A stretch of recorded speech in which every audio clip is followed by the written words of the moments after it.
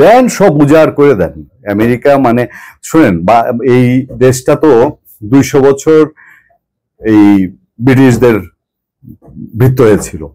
ব্রিটিশদের একেবারে তাদের তাদের গোলাম ছাড়া আর কোনো পরিচয় ছিল না।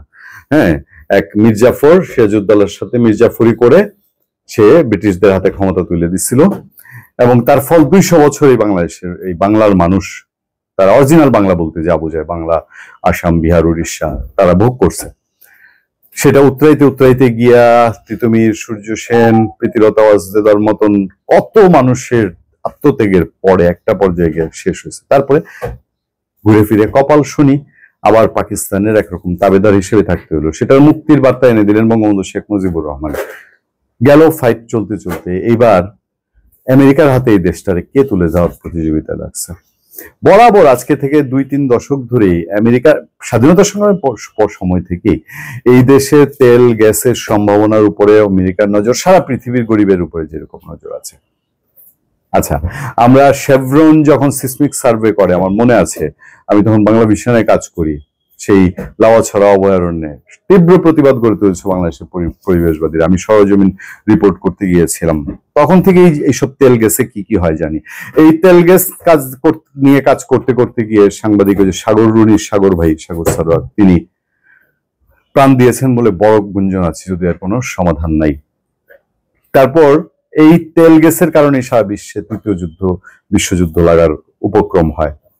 সেই বাংলাদেশে এখন কি হচ্ছে, একটা ছোট্ট খবরে নজর দেন। এবার স্থলভাগের গ্যাস ব্লক বিদেশিদের ইজারা দেওয়ার তোড়জোড়।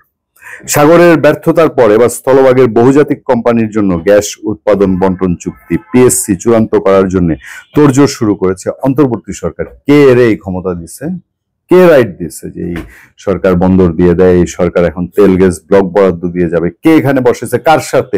নব্য মির্জাফর হিসেবে আপনি কাকে দেখছেন?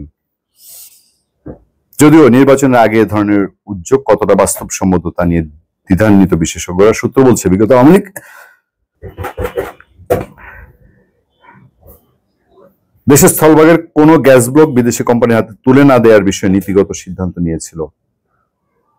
বিগত আওয়ামী লীগ সরকার দেশের স্থলভাগের কোনো গ্যাস ব্লক বিদেশি কোম্পানির হাতে তুলে না দেওয়ার বিষয়ে নীতিগত সিদ্ধান্ত নিয়েছিল। এই জন্যই তো আওয়ামী লীগকে যেতে হয়েছে, অনেকে বলে। তবে ক্ষমতার একেবারে শেষ সময়ে এসে মার্কিন কোম্পানি শেভরনের বিবিয়ানা গ্যাস ক্ষেত্রের পাশের কিছু জমিতে নতুন করে অনুসন্ধান উত্তোলনের অনুমতি দেয়। এর বাইরে স্থলভাগের জন্য নতুন কোনো পিএসসি করা হয়নি। যদিও ভোলা ছাড়া দেশের অন্য কোথাও তেল গ্যাস অনুসন্ধানে বড় কোনো সাফল্য পাওয়া যায়নি।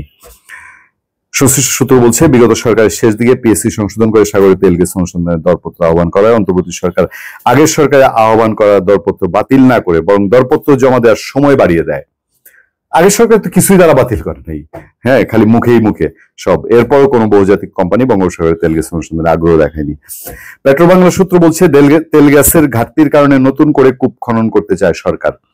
এজন্য পেট্রোবাংলার উপর সরকারের চাপ রয়েছে। এই কারণে স্থলভাগের জন্য একটি পিএসসি করা হয়েছে। স্থলভাগের সমতল এবং পাহাড়ি এলাকা দুই জায়গাতেই দরপত্র আহ্বান করে বিদেশি কোম্পানিকে কাজ দিতে চায় পেট্রোবাংলা। নতুন যে পিএসসি তারা মন্ত্রণালয়ে পাঠিয়েছে, সেখানে গ্যাসের দাম অপরিশোধিত জ্বালানি তেলের সঙ্গে সমন্বয় করে দেওয়া হয়েছে। পিএসসি অনুযায়ী পেট্রোবাংলা এই দরপত্রে বিজয়ী কোম্পানির মধ্যে একটি চুক্তি হয়।